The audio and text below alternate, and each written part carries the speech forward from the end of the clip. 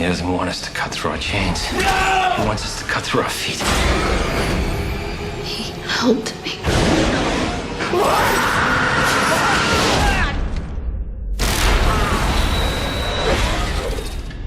I want to play a game.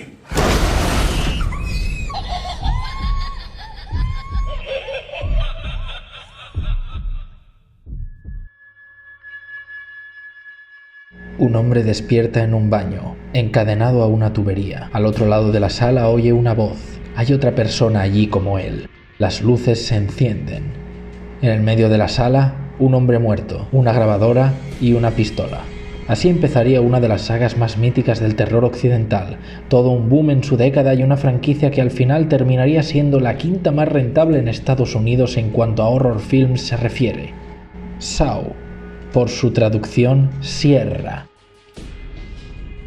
Esta película se puede decir que fue toda una inspiración para mí. Es más, que sea un amante del cine es gracias a la franquicia Saw, evidentemente más por la primera entrega que por cualquier otra cosa. No tanto por el producto en sí, sino por la historia que hay detrás de cómo se concebió una de las franquicias más exitosas de principios de este siglo, que durante casi 10 años estuvo copando las carteleras alrededor del mundo con sus juegos macabros. La historia de cómo dos buenos amigos de Australia, James Wan y Leigh Whannell, entraron a Hollywood con una simple idea en la cabeza para una película de corte independiente y modesto presupuesto y que terminara convirtiéndose en una obra de culto total y absoluta.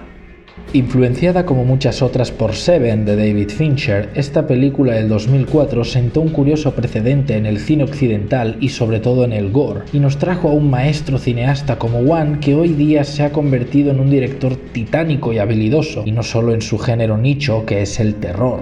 Por eso y por mucho más, hoy estoy aquí en el Macro Review para hablaros de la película que lo inició todo y que, junto con sus secuelas, forma una peculiar octalogía, Saw, del año 2004.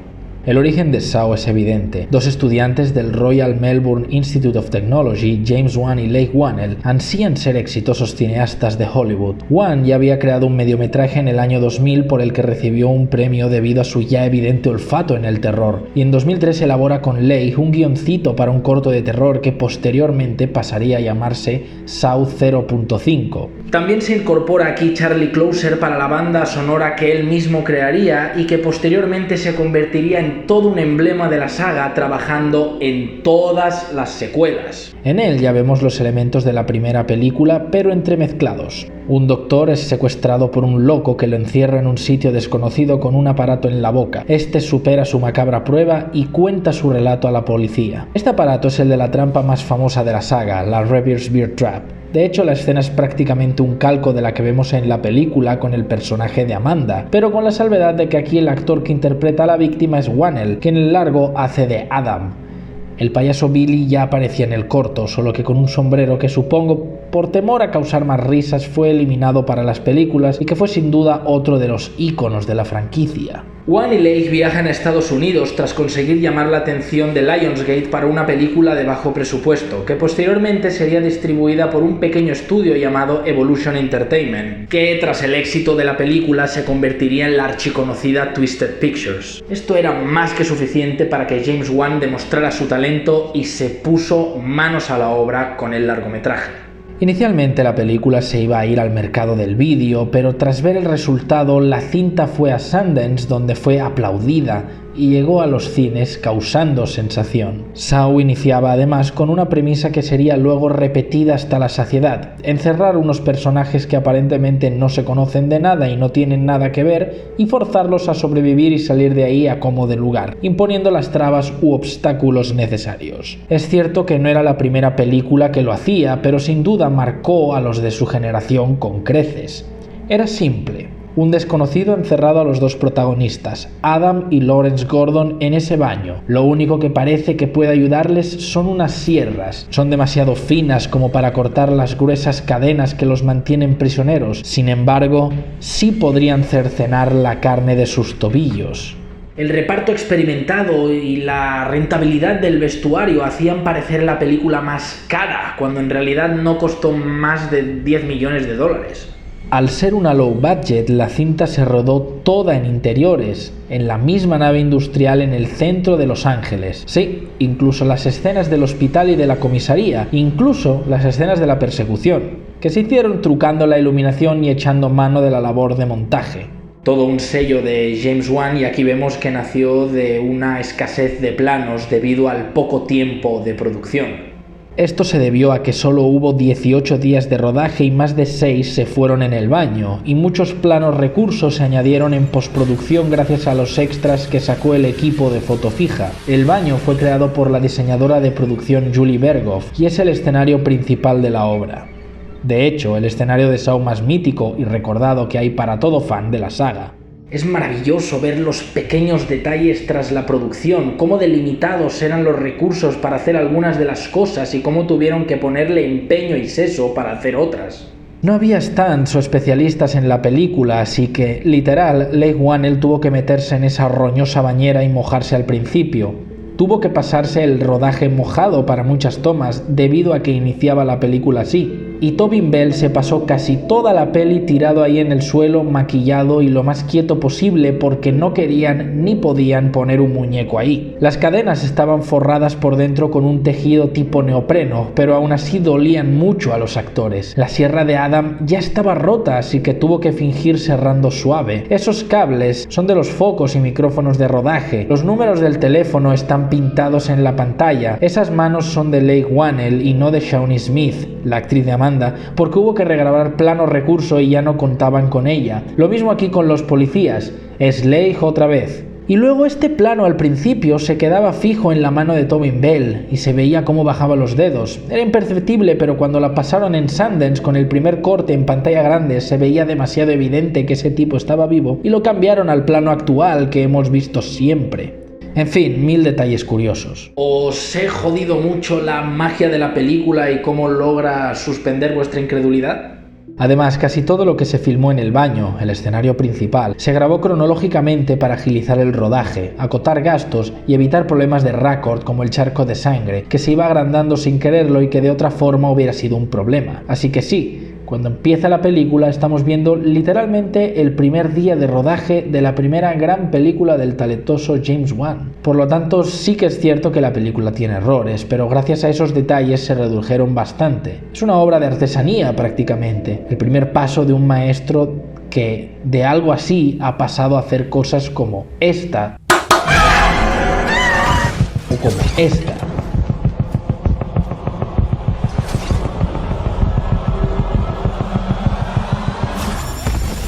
Es increíble, en fin. Se puede ver que además debió ser raro tener una película estadounidense con dos protagonistas extranjeros, uno británico y el otro australiano, pero como terminaron incorporando al reparto actores eficientes como Bell, Shawnee Smith o el más conocido de todos, Danny Glover, la cosa funcionó y le allanó la salida a la cinta. Así que Wan y Leigh ya vieron que rodar en Hollywood era como rodar en cualquier otra parte, realmente. En fin. En vistas de esto, y como ya hice en el anterior macro review, vamos a desmenuzar la obra en sus apartados más interesantes.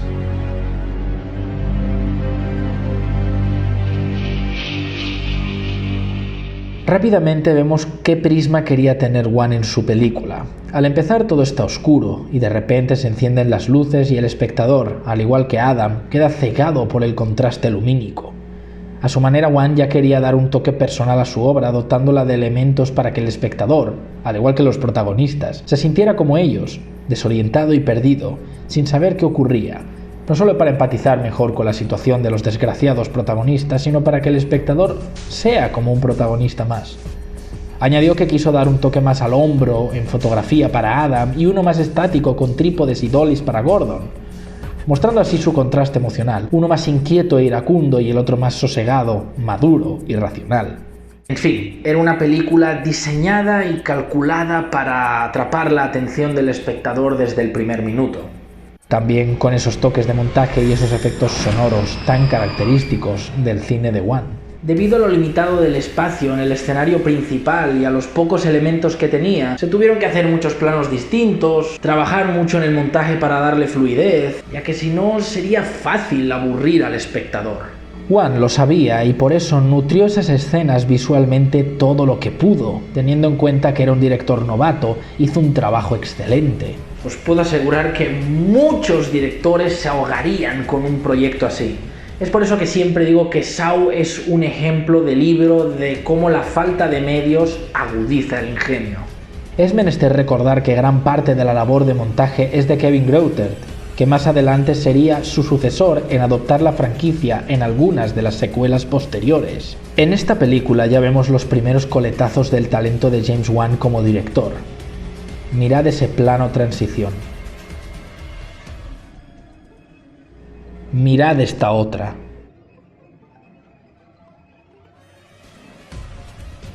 Y viendo la película ahora en retrospectiva con sus films más recientes, me encanta este momento a lo Expediente Warren o Insidious con la hija del Dr. Gordon en esta escena. Briznas del maestro Wan que tendríamos en el futuro. Hay trucos por eso del presupuesto en la película muy curiosos, algunos creativos como hacer 2 tomas de la sala y pegarlos para que pareciera una única toma de la cámara del malo, otros que no quedaron tan bien, como la toalla en el pie de Cary Elwes aquí. La cinta es completamente practical effects, no tiene nada hecho por ordenador, salvo esta escena donde se veía un miembro del equipo de rodaje reflejado y lo tuvieron que eliminar digitalmente. Virtuosamente, Wan jugaba con la fotografía en el film para dotarla de una aura claustrofóbica. Normalmente cuando se pasa de una escena a otra hay un plano de situación y luego viene un plano detalle o por lo menos un primer plano, algo más cerrado. Pero en Saw casi todo el rato se está pasando de una escena a otra con planos cerrados y asfixiantes directamente. Esto junto con la banda sonora de Closer y que muchas de las localizaciones estaban muy cargadas a nivel de elementos de atrezzo, le dieron una atmósfera opresiva a la película de aupa. Una de las escenas más reveladoras a nivel de proeza visual en la cinta es la de la Reverse Bear Trap. A Wan le encantan esos pinitos jugando con la cámara. Aquí mezcló un plano circular donde la cámara pivota sobre el raíl alrededor de Shawnee Smith con los saltos acelerados, zooms y desenfoques de plano en el montaje para darle ese toque electrizante de correr contra el tiempo y darle una sensación de caos, terror y confusión. En fin, Wan y Leigh Whannell usaron sus limitaciones económicas para que se reflejaran en la estética y lo convirtieron en una ventaja, un símbolo de que son excelentes y habilidosos cineastas. Literal, hay proezas en la película que se dan por el montaje. En esta escena solo hay 3 personajes, 2 apuntando con sus armas, discutiendo y el de en medio pidiendo ayuda. Gracias a los saltos de plano se consigue que en una escena que podría haber dado risas se genere esa tensión característica por lo que va a pasar. Esto tiene mucho mérito, sabiendo que muchas de las tomas de la película son ensayos que se grabaron y se aprovecharon en el montaje final porque los actores no tuvieron tiempo de ensayar. Tanto fue así que Glover y Shawnee Smith hicieron su trabajo para la película en un solo día. Iban con prisas y es normal, sabiendo que en Estados Unidos 1 mes y medio suele ser la media de producción para un largometraje. Muchos planos quedaron sin grabarse por correr y es por eso que, aparte de la foto fija, muchos planos de la cámara de seguridad se usaron por falta de planos. Aún así, otros momentos de los diálogos en el escenario principal se cuidaron. Si no, fijaros aquí en los planos picado y contrapicado, mostrando la superioridad de Adam en la discusión, sacándole sus verdades a Gordon. En fin, ya sabemos de las filigranas y piruetas visuales y de montaje de las que es capaz James Wan. No por nada se ha convertido en uno de los directores más queridos de Hollywood hoy en día, pero vamos a ir con mi especialidad, que es la escritura de la película, el trabajo de guión.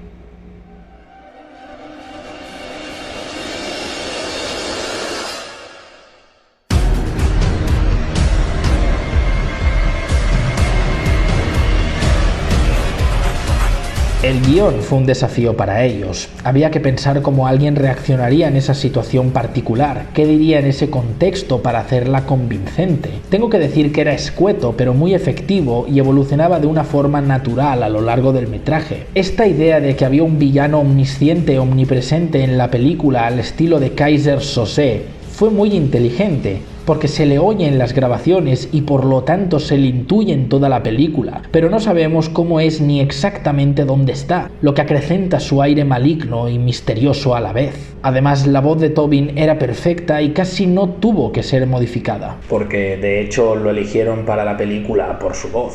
Es una película que se nutre de detalles, cosa que en las secuelas se mantuvo, pero se quedó más en los guiños y referencias que en el propio guión. Por ejemplo, aquí cuando Adam tira la bolsa a la bañera aprovechando que Gordon está de espaldas buscando su sierra. Parece algo casual, pero nos lo muestran por algo que tendrá significado más adelante. Lo mismo con el trozo de espejo que se rompe para luego ver que hay una cámara detrás. Es por eso que si eres amante de los detalles, Saw te puede gustar, como fue mi caso, al menos en el primer visionado. Aunque es verdad que sobrevive gracias a algunas conveniencias argumentales.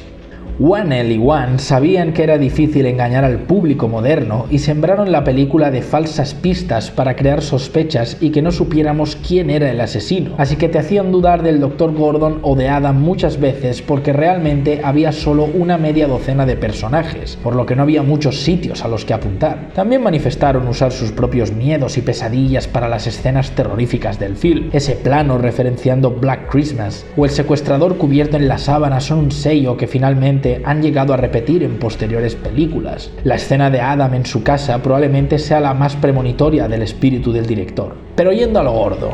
El acto en la trampa principal del baño era insuficiente para llenar el metraje del film, así que la película tiene dos narrativas. La del presente con los protagonistas y la de los flashbacks con otras historias del asesino para nutrir el trasfondo macabro del villano. El objetivo de la película, que son las intenciones de Jigsaw, es llevar a los personajes hasta su extremo más primitivo y forzarlos al máximo para que actúen según sus instintos. Los protagonistas y el villano tienen una definición y un objetivo o representación clara en el film. El personaje de Adam es esa despreocupación. No le importa tanto si vive o muere porque no tiene a nadie. Por eso dice frases como: sí, correré el riesgo. Dame ese dulce cáncer. Con lo del cigarrillo. Es un tipo con un hogar de paso, sin familia ni amigos al parecer, un tipo perdido y sin rumbo que no hace absolutamente nada que no sea pasar los días sobreviviendo como fotógrafo y ya. Es decir, en gran parte Adam representa a un grueso de la población de clase media-baja que tiene una vida monótona, clónica y aburrida, pero que no se valoran y no hacen nada para cambiarlo. La contraposición entre Gordon y Adam es que uno tiene familia y cosas que valorar, pero no lo hace, poniéndolas en riesgo de perderlas con sus mentiras. Y el otro no tiene nada, pero le da lo mismo y no se plantea nada mejor. El guión en cuanto a Gordon está hecho para derrumbarlo y hacerlo colapsar mentalmente. Cuando empieza la película, Gordon es el racional de los dos. Mantiene la cabeza fría y piensa en calmarse para ver cómo están las cosas y salir de allí.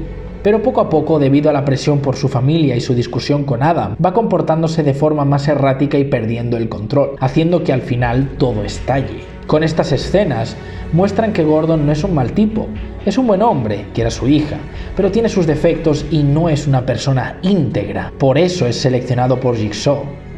No aprecia lo que tiene. Está bien no dejar personajes megaplanos, aunque la película sea serie B y su fuerte sea lo visual.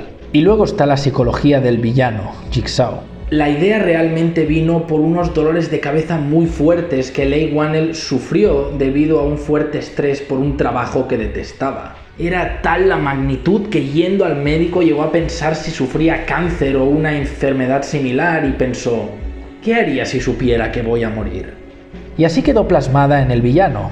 Aunque originalmente, como se vio en un corto animado tipo cómic con narración que hicieron para promocionar la secuela, John Kramer era abandonado por su esposa Jill y luego enfermaba, y luego esto cambió a lo del centro de rehabilitación de su esposa y la pérdida de su bebé con posterior cáncer de John. La premisa era que bajo su óptica, Kramer era un brillante ingeniero con un futuro prominente con una vida por delante. Su posterior pérdida y cáncer le hacen ver como esa oportunidad que él trabajó para merecerle es arrebatada, y es entonces cuando se convierte en el retorcido Jigsaw. Jigsaw es lo que queda de John Kramer. Por eso sabe hacer todos esos artilugios y es un tipo tan programado. Pero también por eso desdeña de todos aquellos que malgastan su vida y no valoran existir. Y los selecciona para que recuperen su rumbo, aunque de una forma sádica, mediante la tortura. Por eso empatiza con Zeb y le da un papel de organizador en el juego y pone a prueba a Gordon enfrentándolo a Adam. Eso sí, su filosofía parece afectar aún a través del trauma, ya que los pocos que sobreviven parecen agradecer su labor. Fijaros cómo el baño estaba situado en una zona subterránea de cloacas, dando a entender que todo lo que está relacionado con el juego macabro de Jigsaw es como su cáncer. Está ahí, pero no se ve. ocurre en las oscuras profundidades. Eso sí, todo lo relevante al dúo de víctimas es claro. Al final las actitudes de cada uno frente a la situación se intercambian. Adam, que es el animal encadenado, finalmente pasa a tomar el temple más frío y tranquilo que tenía Gordon en el inicio, y este último acaba perdiendo los estribos. Realmente cada uno necesita un poco lo que tiene el otro.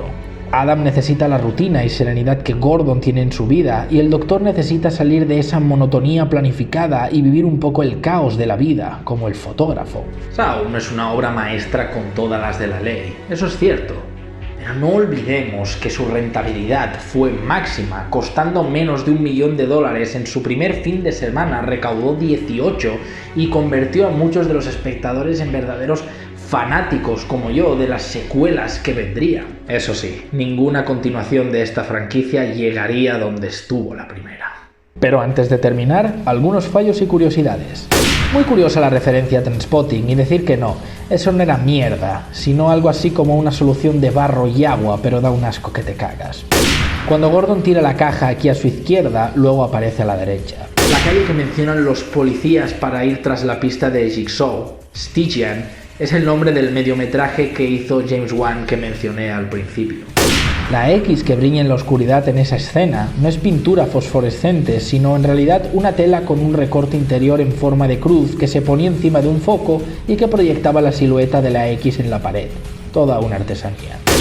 Billy el muñeco, de hecho, es el mismo que en el corto original, y el propio James Wan tuvo que llevarlo en su maleta desde Australia a Estados Unidos. Cuando Adam es electrocutado, la sierra que había destruido antes aparece enterita.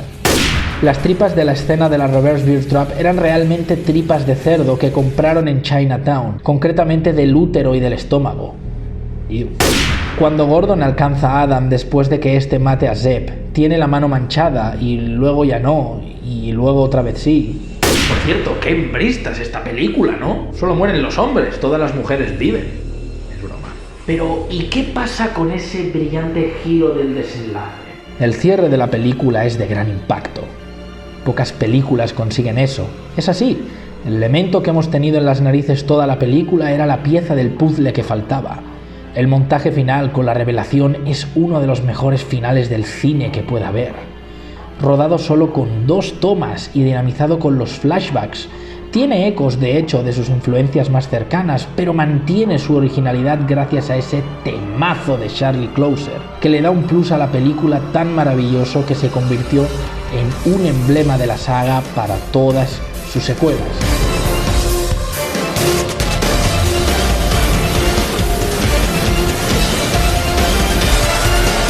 Fin del juego. Y ese es el verdadero legado de Jigsaw. En fin, amigos, hasta aquí el segundo macro review del canal. Recordaros que, bueno, suscribáis si os gusta el contenido, le deis like, me dejéis en los comentarios sugerencias para esta sección, que os gusta, que no, que podría mejorar, y evidentemente también recordaros una vez más que este vídeo, esta sección es fundamentalmente gracias a los Patreons de Occidental Image, a los que estoy profundamente agradecido, y me alegra ver que hay más que se están uniendo porque creen en este proyecto. De verdad, gracias. Y evidentemente, si os gusta esta sección, este tipo de contenido, y queréis que siga existiendo, no olvidéis considerar la idea de pasaros por Patreon, ¿de acuerdo? Echando un cable por ahí, que estos vídeos básicamente existen por eso. ¿De acuerdo, muchachos? Así que, bueno, cuando terminen las votaciones, voy a ir preparando ya el próximo macro review para el mes que viene. Gracias.